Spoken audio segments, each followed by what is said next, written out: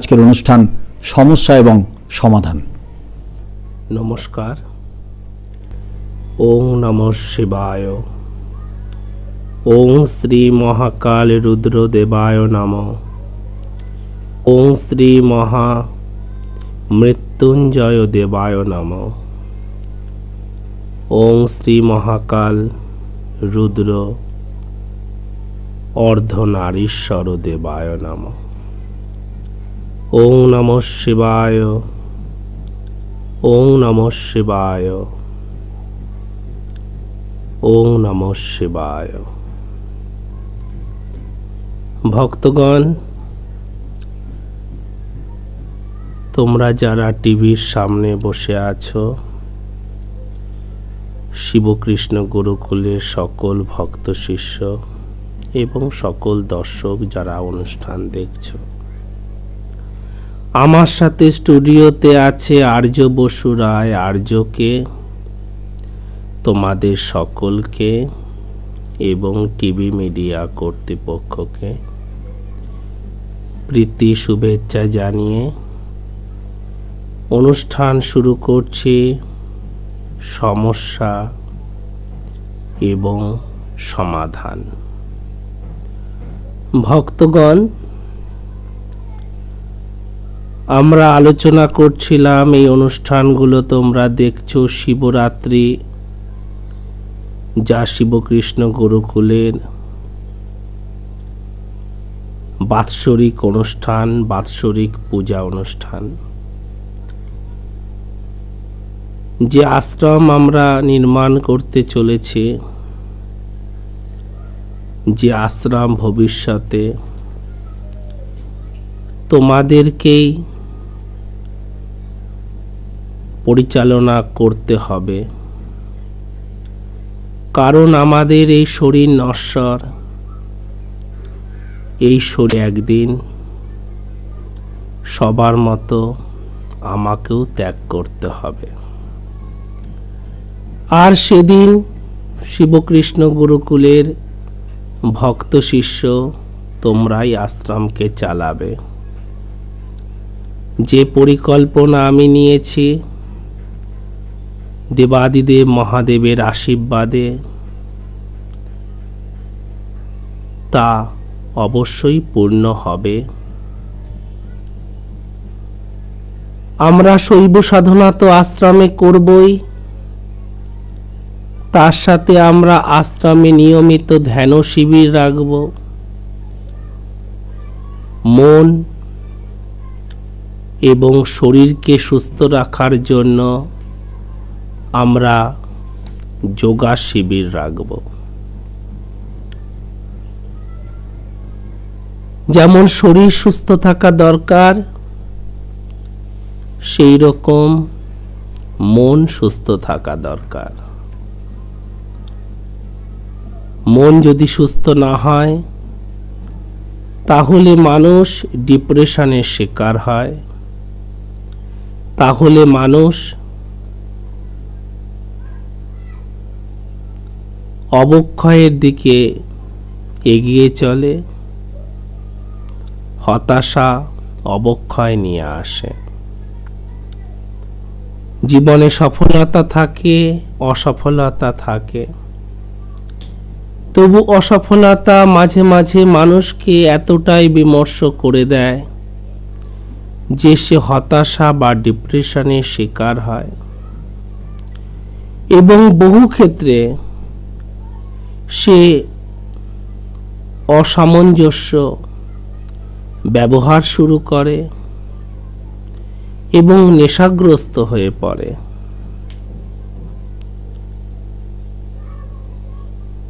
কোনো নেশাগ্রস্ত মানুষকে দেখেই কিন্তু আমাদের খারাপ ব্যবহার করার কোনো কারণ নেই, কারণ তার অতীতকে জানো। কোনো অপরাধী মানুষকে দেখে কিন্তু আমাদের ঘৃণা করার কারণ নেই, কারণ অনেক ক্ষেত্রে তার অতীত ঘটনার জন্য সে অপরাধ জীবনে প্রবেশ করে। আমরা যদি প্রকৃতপক্ষে কিছু ভালো করতে চাই,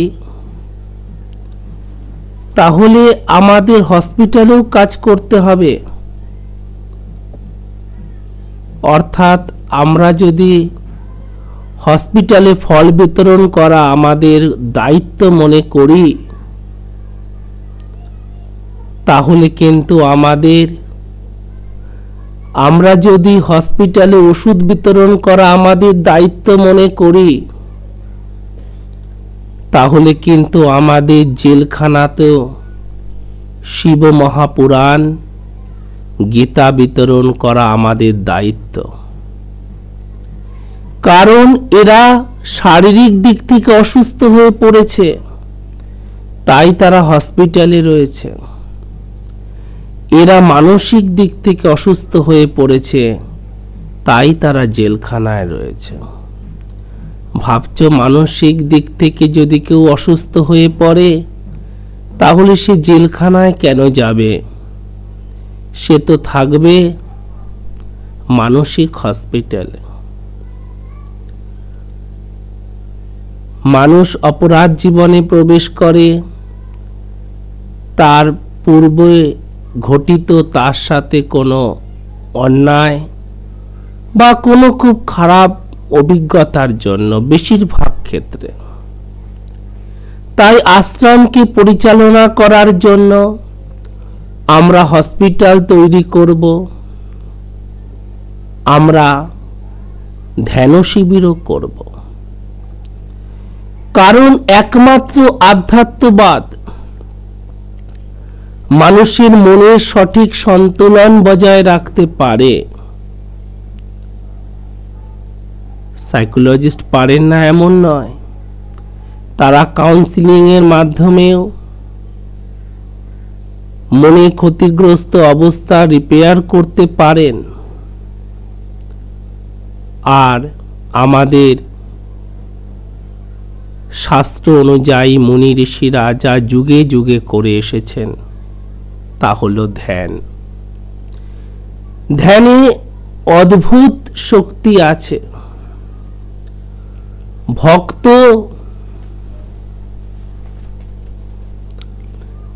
ধ্যানের মাধ্যমে শক্তিকে প্রাপ্ত করে থাকে।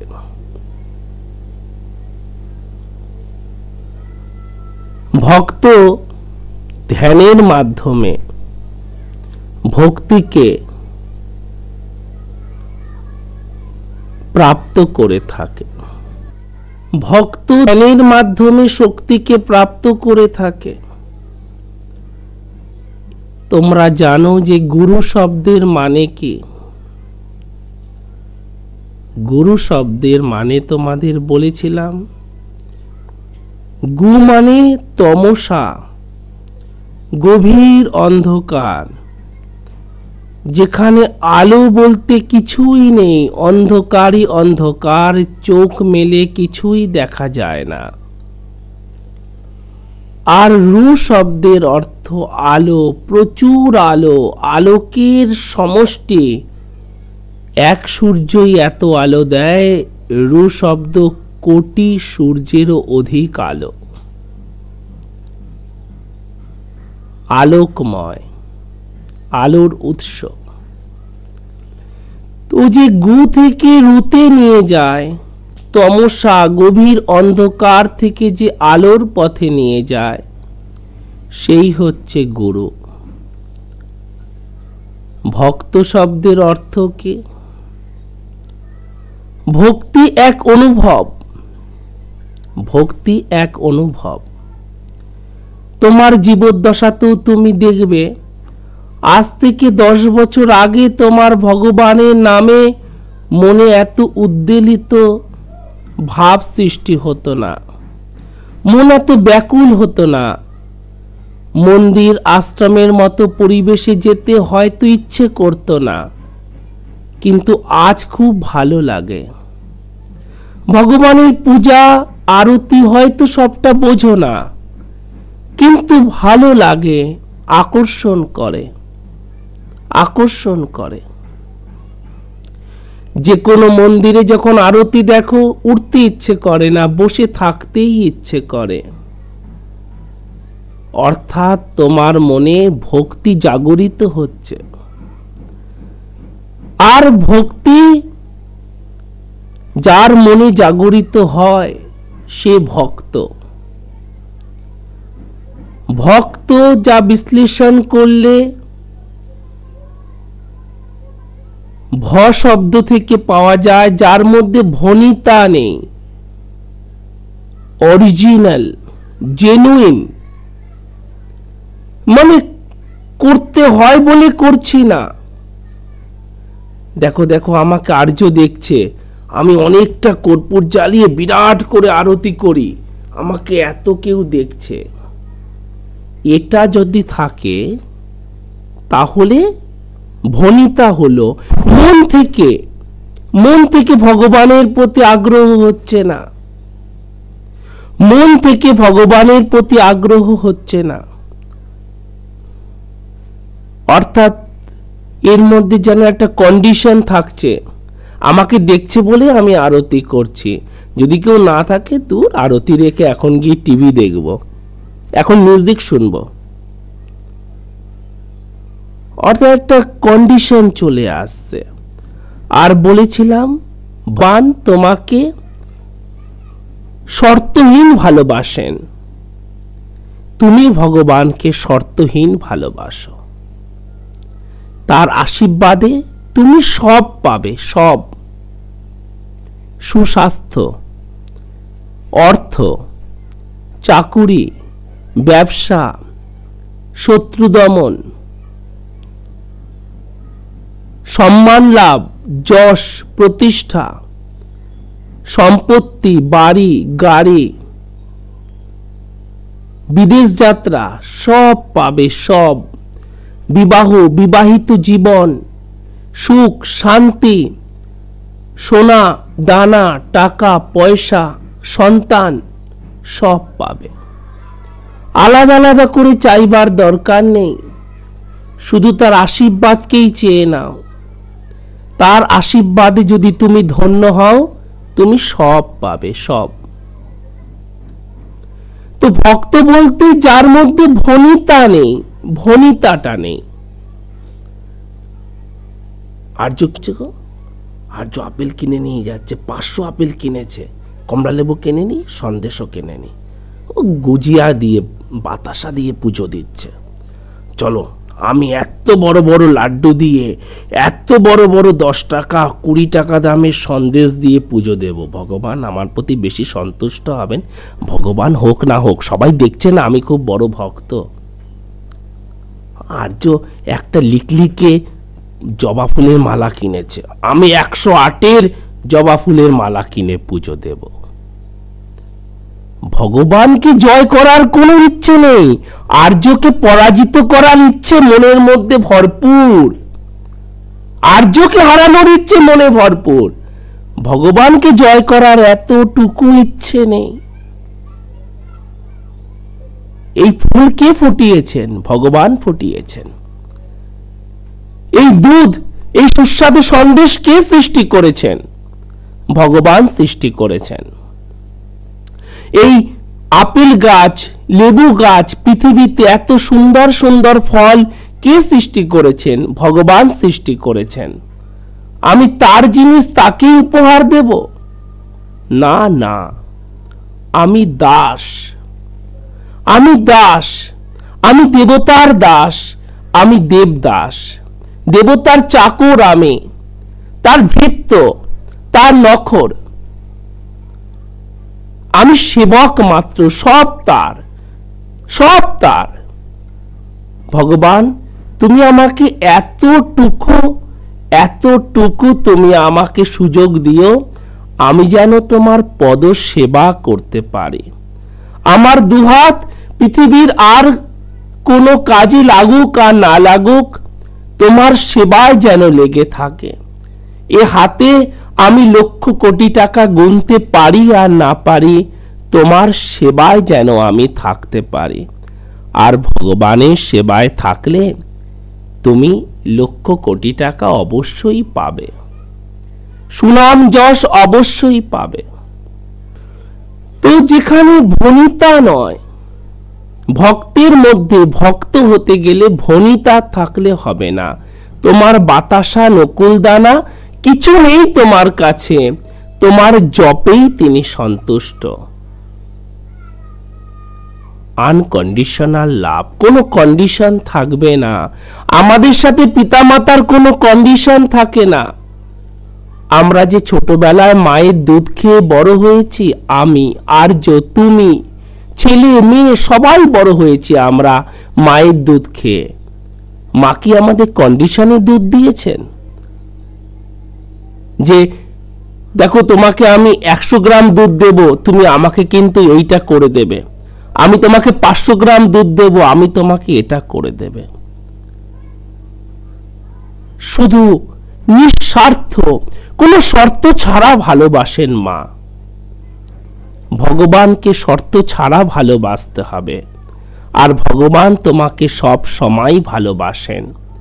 তুমি ভাবছো আমি ভগবানের দিকে ছুটেই চলেছি, কোথায়? তিনি তো আমাকে ভালোবাসতেন না, তাহলে আমি তার কৃপা কেন এখনো পেলাম না?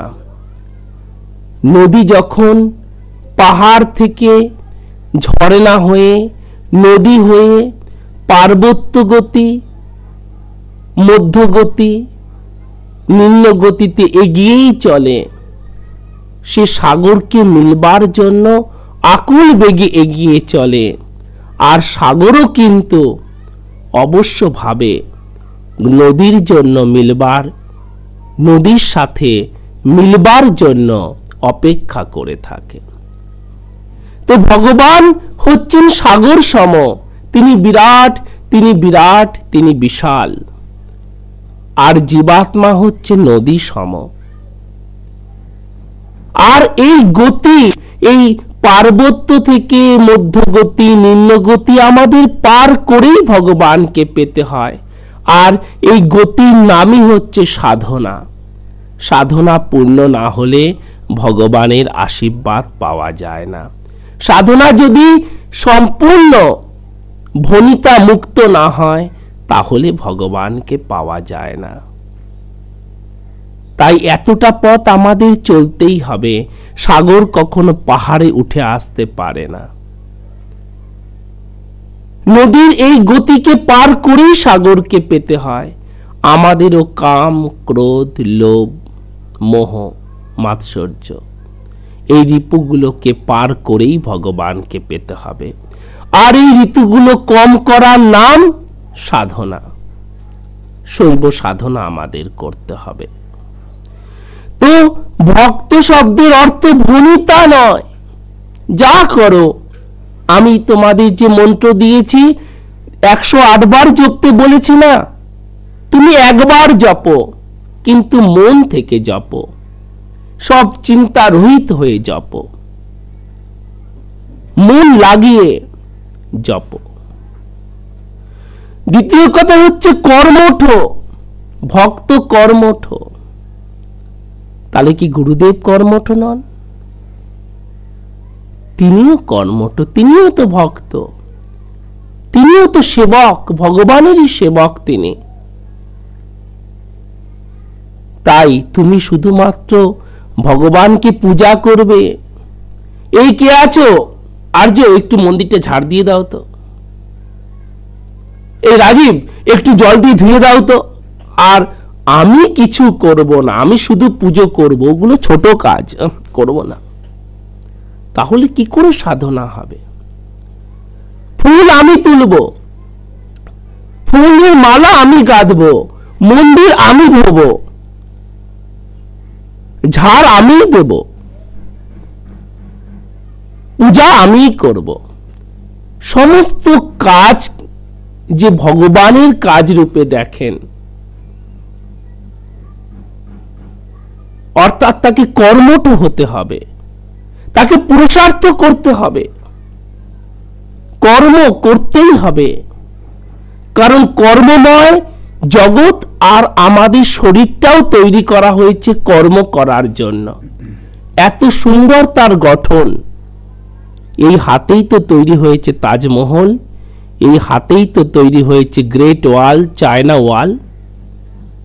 যত আশ্চর্য সবই হাতে তৈরি হয়েছে। মানুষের এই হাত কর্মময়।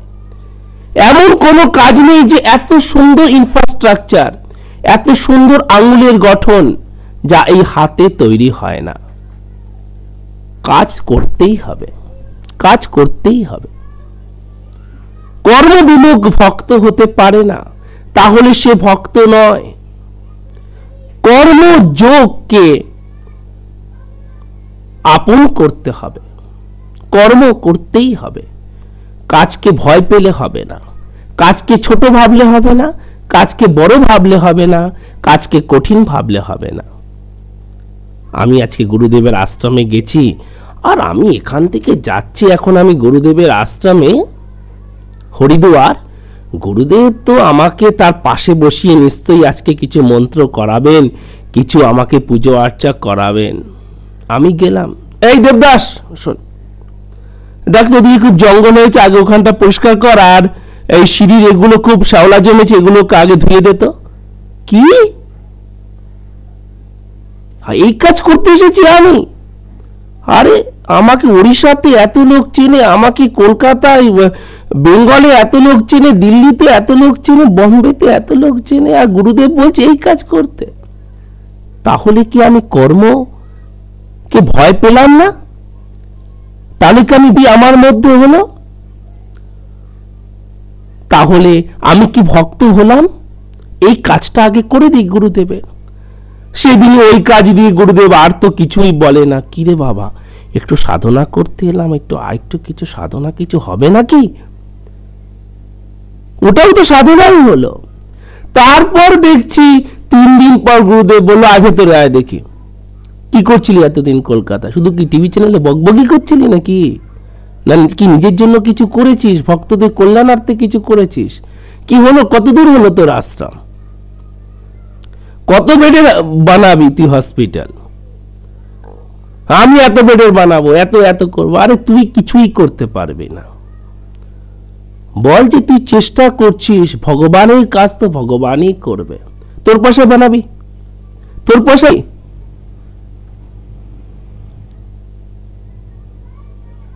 সবই ভক্তরা দেন, আর সবই ভগবান দেন।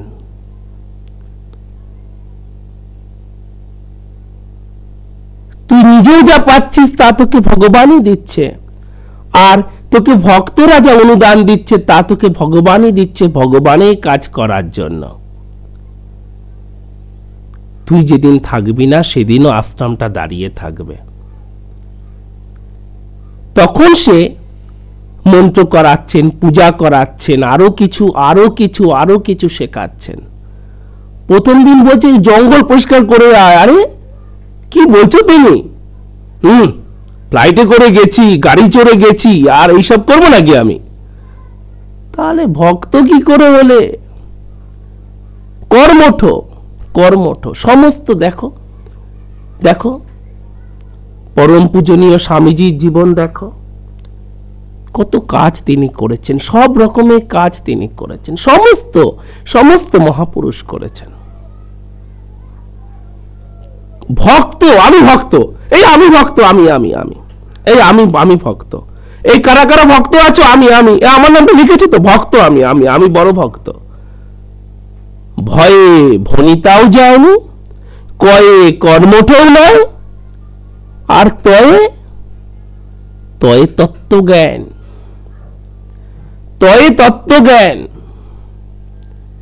এটুকুও জানো না যে এটা তোমার নয়, এই শরীরটাও তোমার নয়, এই তত্ত্বজ্ঞানও নেই।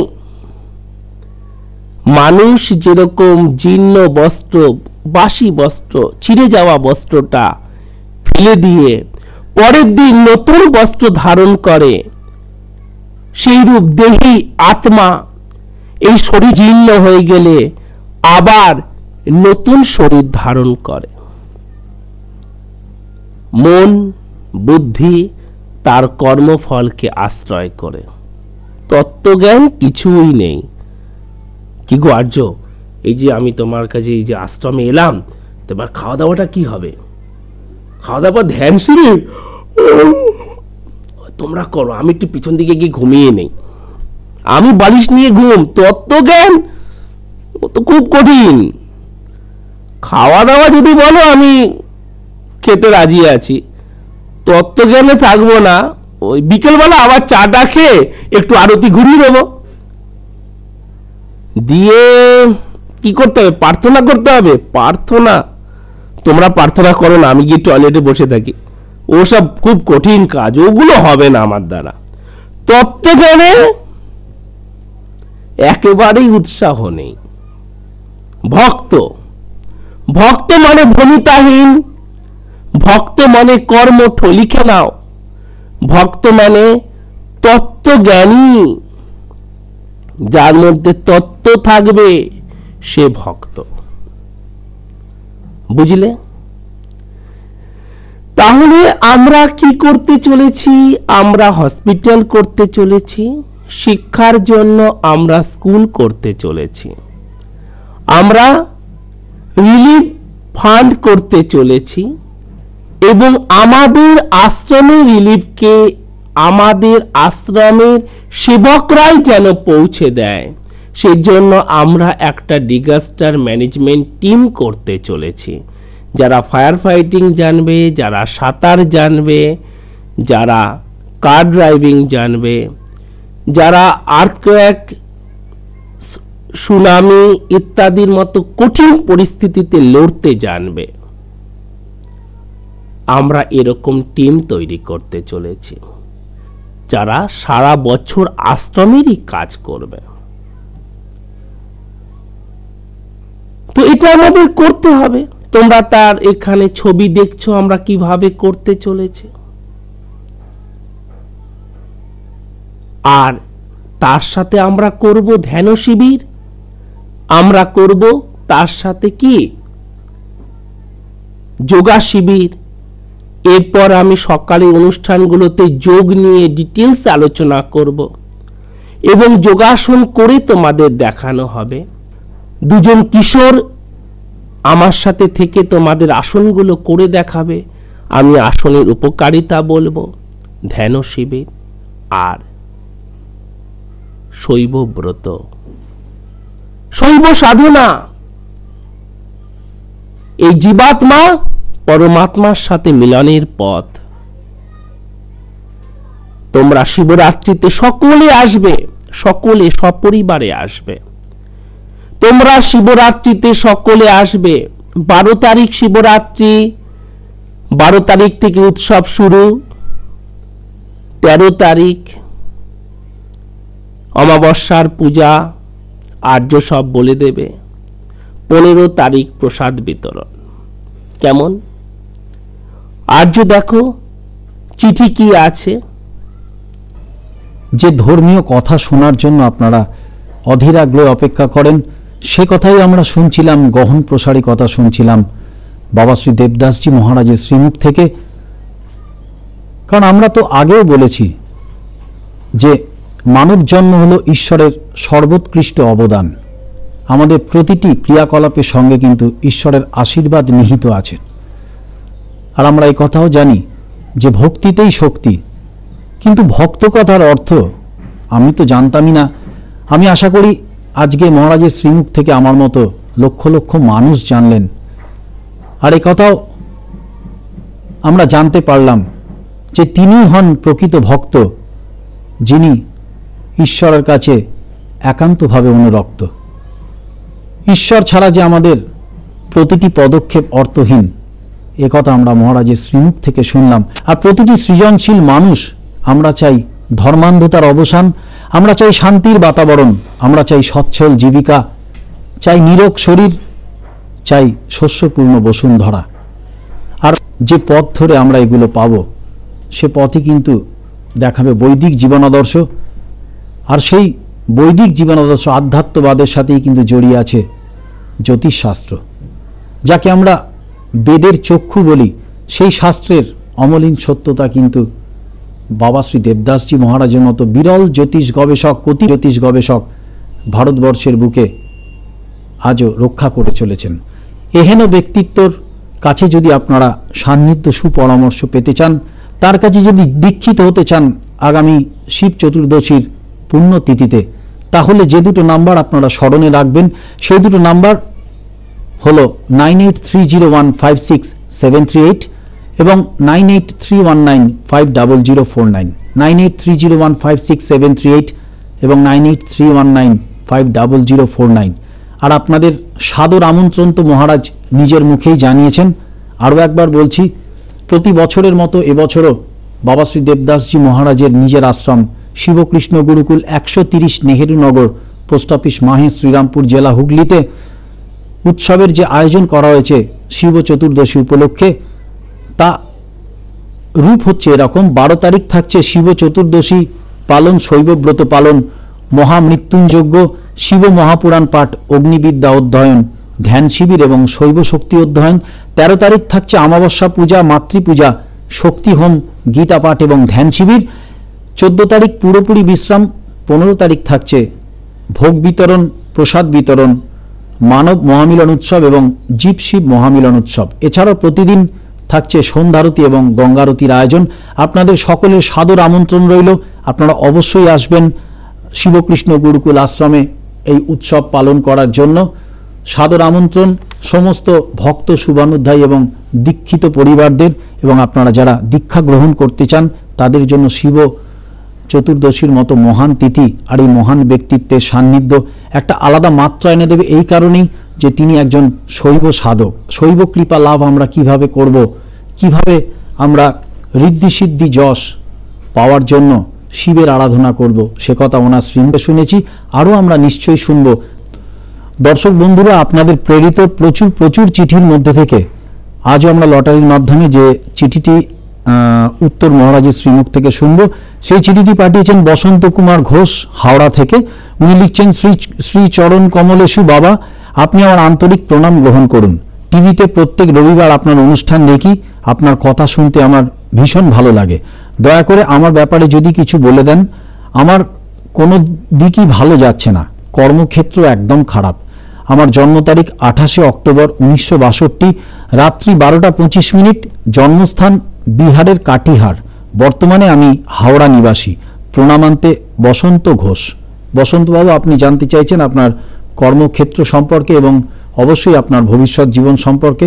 আসুন আমরা মহারাজের শ্রীমুখ থেকে আপনার জ্যোতিষ বিশ্লেষণের মাধ্যমে আপনার আগামী জীবন সম্পর্কে আলোকপাত শুনে নিই। বাবা, তুমি এই চিঠি আমাকে পাঠিয়েছ বসন্ত ঘোষ। তুমি হাওড়া থেকে এই চিঠি আমাকে পাঠিয়েছ। তুমি জানতে চেয়েছ যে তোমার জীবন সম্পর্কে, তোমার কোনো দিক থেকেই উন্নতি হচ্ছে না, বিশেষত কর্মক্ষেত্রটা একদম খারাপ যাচ্ছে। বাবা, তোমার জন্ম বসন্ত ঘোষ 28 অক্টোবর 1962 সাল, শনি পার হয়ে রবিবার। শনি পার হয়ে রবিবার রাত্রি 12টা 25 মিনিট, বিহারের কাটিহারে তোমার জন্ম। বাবা, তোমার তুলা রাশি, কর্কট লগ্ন, চিত্রা নক্ষত্র অর্থাৎ 14 নম্বর নক্ষত্রে তোমার জন্ম। 14/7, 14 নম্বর নক্ষত্র আর 7 নম্বর রাশি। অমাবস্যা তিথিতে জন্ম, শূদ্র বর্ণ, দেবারিগণ। বাবা, তোমার জন্মকুণ্ডলিতে এই হচ্ছে গ্রহ অবস্থান। তোমার মেষ রাশিতে কোনো গ্রহ নেই, বৃষ রাশিতে কোনো গ্রহ নেই, মিথুন রাশিতে কোনো গ্রহ নেই, কর্কট রাশিতে আছে লগ্ন মঙ্গল রাহু, লগ্ন মঙ্গল রাহু। সিংহ রাশিতে কোনো গ্রহ নেই। কন্যাতে আছে বুধ, কন্যাতে বুধ। তুলা রাশিতে রবি চন্দ্র, তুলা রাশিতে রবি চন্দ্র। বৃশ্চিক রাশিতে শুক্র, বৃশ্চিক রাশিতে শুক্র। ধনুতে কোনো গ্রহ নেই। মকরে আছে শনি কেতু, শনি কেতু। কুম্ভতে আছে বৃহস্পতি, কুম্ভতে বৃহস্পতি। মীনে কোনো গ্রহ নেই। বাবা তোমার জন্মকুণ্ডলিতে বুধ ভালো আছে, শুক্র ভালো আছে এবং কেতু ভালো আছে। তোমার অর্থকড়ি বিশেষ সঞ্চয় হয় না। তোমার টাকা পয়সা ভীষণ খরচা হয়ে যায়। অর্থকড়ি তোমার বিশেষ সঞ্চয় হয় না, কারণ তোমার বৃহস্পতিটা অষ্টম স্থানে আছে। লগ্ন থেকে 8 নম্বর ঘরে আছে বৃহস্পতি। তুমি পরিশ্রম খুব করো, তুমি খুবই কর্মঠ। তুমি বাবা পরিশ্রম খুব করো, তুমি খুব কর্মঠ এবং তুমি খুব শৌখিন, এবং তুমি খুব শৌখিন। বুধ তোমার খুব শক্তিশালী, তুমি বুদ্ধিমান, তোমার মধ্যে বুদ্ধি আছে। তুমি বুদ্ধি দ্বারা, চিন্তা ভাবনা দ্বারা কাজ করতে পছন্দ করো। বাবা তোমার একটা শুভ যোগ আছে, রবি আর চন্দ্র, এটা দিবানিশি যোগ। রবি আর চন্দ্র তোমার শুভ যোগ আছে। রবি চন্দ্র শুভ আছে, এটা শুভ যোগ। রবি চন্দ্র একসাথে থাকলে তোমার জন্ম থেকে 40 বছর পর্যন্ত জীবনে সুখে শান্তিতে কাটবে এবং 40-এর পরও 40 থেকে শেষ জীবন পর্যন্ত তোমার সুখে শান্তিতে কাটবে, সফলতায় কাটবে, আলোকময় থাকবে। কিন্তু তুমি দেখছো যে তোমার সেরকম কোনো উন্নতি হচ্ছে না। বিশেষত 40-এর পরে যেন তোমার সমস্যাটা আরো বেশি বেড়ে গেছে। প্রায় বিগত 2.5 বছর ধরে তুমি খুবই সমস্যার মধ্যে রয়েছো। 2005 সালের শেষের দিক থেকেই তুমি খুব সমস্যায় রয়েছো।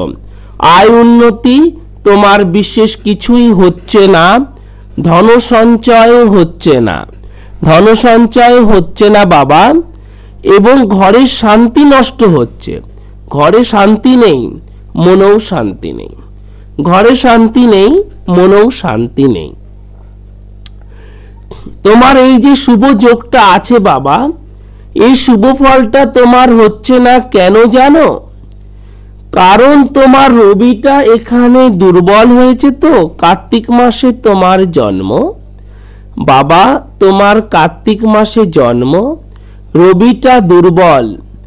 আর চন্দ্র তোমার অমাবস্যার চন্দ্র, তোমার অমাবস্যা তিথিতে জন্ম।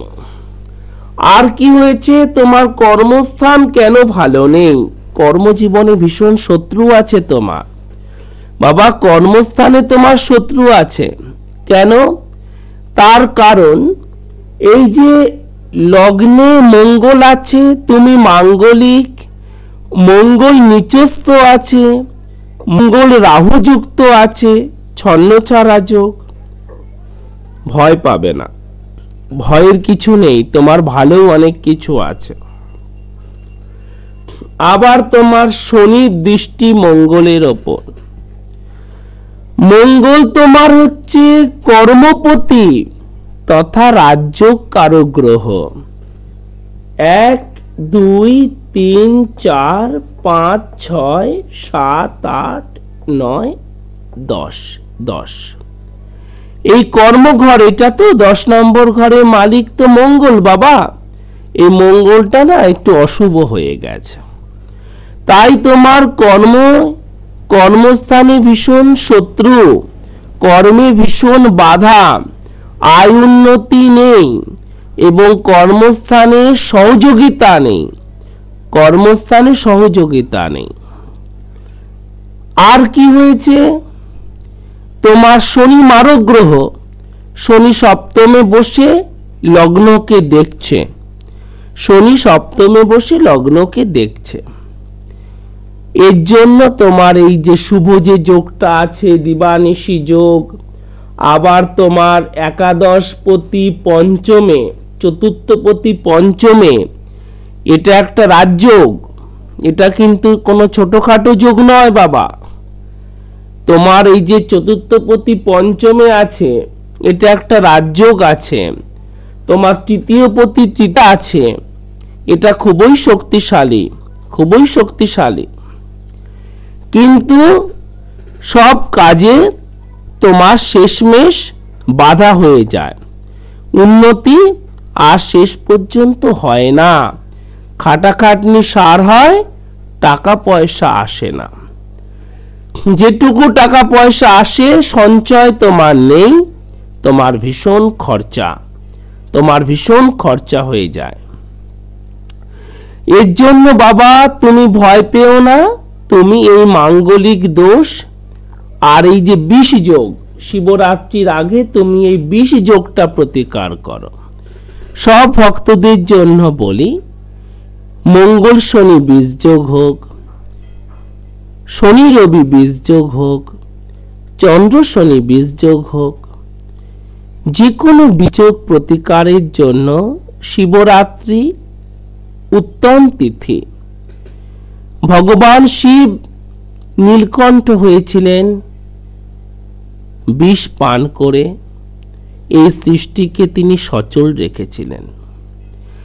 তো যিনি এই সৃষ্টিকে সচল রেখেছিলেন সমুদ্র মন্থনের ফলে উত্থিত বিষ পান করে, তিনি তো তোমার আমার জন্মছকের এই সামান্য বীজযোগ আমাদের কাছে বিরাট, ভগবানের কাছে সামান্য, তা তো তিনি অবশ্যই হরণ করতে পারবেন। তো এই সময় তোমরা বীজযোগের প্রতিকার করবে, সেটা খুবই ফলপ্রসূ হবে, সেটা খুবই ফলপ্রসূ হবে। কেমন? তাহলে তোমার এই বীজযোগটা একটু সমস্যা আছে, তোমার জীবনে উন্নতি হবে, তোমার ভালো কর্মলাভ নভেম্বরের 7 তারিখের আগে হবে না, নভেম্বরের 7 তারিখের পরেই তোমার ভালো কর্মলাভ হবে, অবশ্যই হবে, ভেঙে পড়ো না। নভেম্বরের 7 তারিখের পর তোমার ভালো কর্মলাভ হবে। বর্তমান তোমার বয়স হলো বাবা 47 প্লাস 48 বছর। 50 বছর 2 মাসের পর তোমার আয়টা বৃদ্ধি হয়ে যাবে, আয় বৃদ্ধি হবে। এবং 51 বছর 9 মাসের পর তোমার ঘরে শান্তি হবে, সম্পত্তি বৃদ্ধি হবে। 51 বছর 9 মাসের পর তোমার ঘরে শান্তি হবে এবং সম্পত্তি বৃদ্ধি হবে।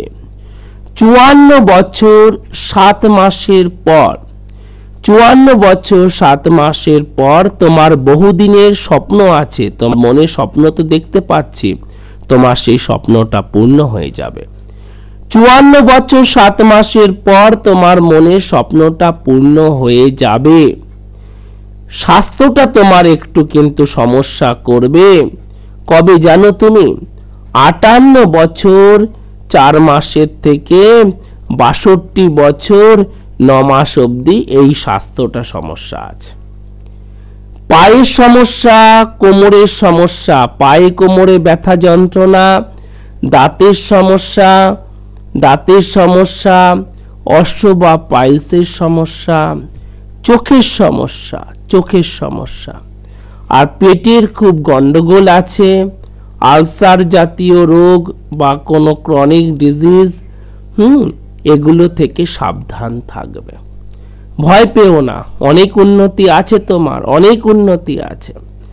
এবার বলবো কি বলবো, শুভ তারিখ, শুভ সংখ্যা, শুভ মন্ত্র। আজকে সময় নেই, আগামী দিন বলে দেব।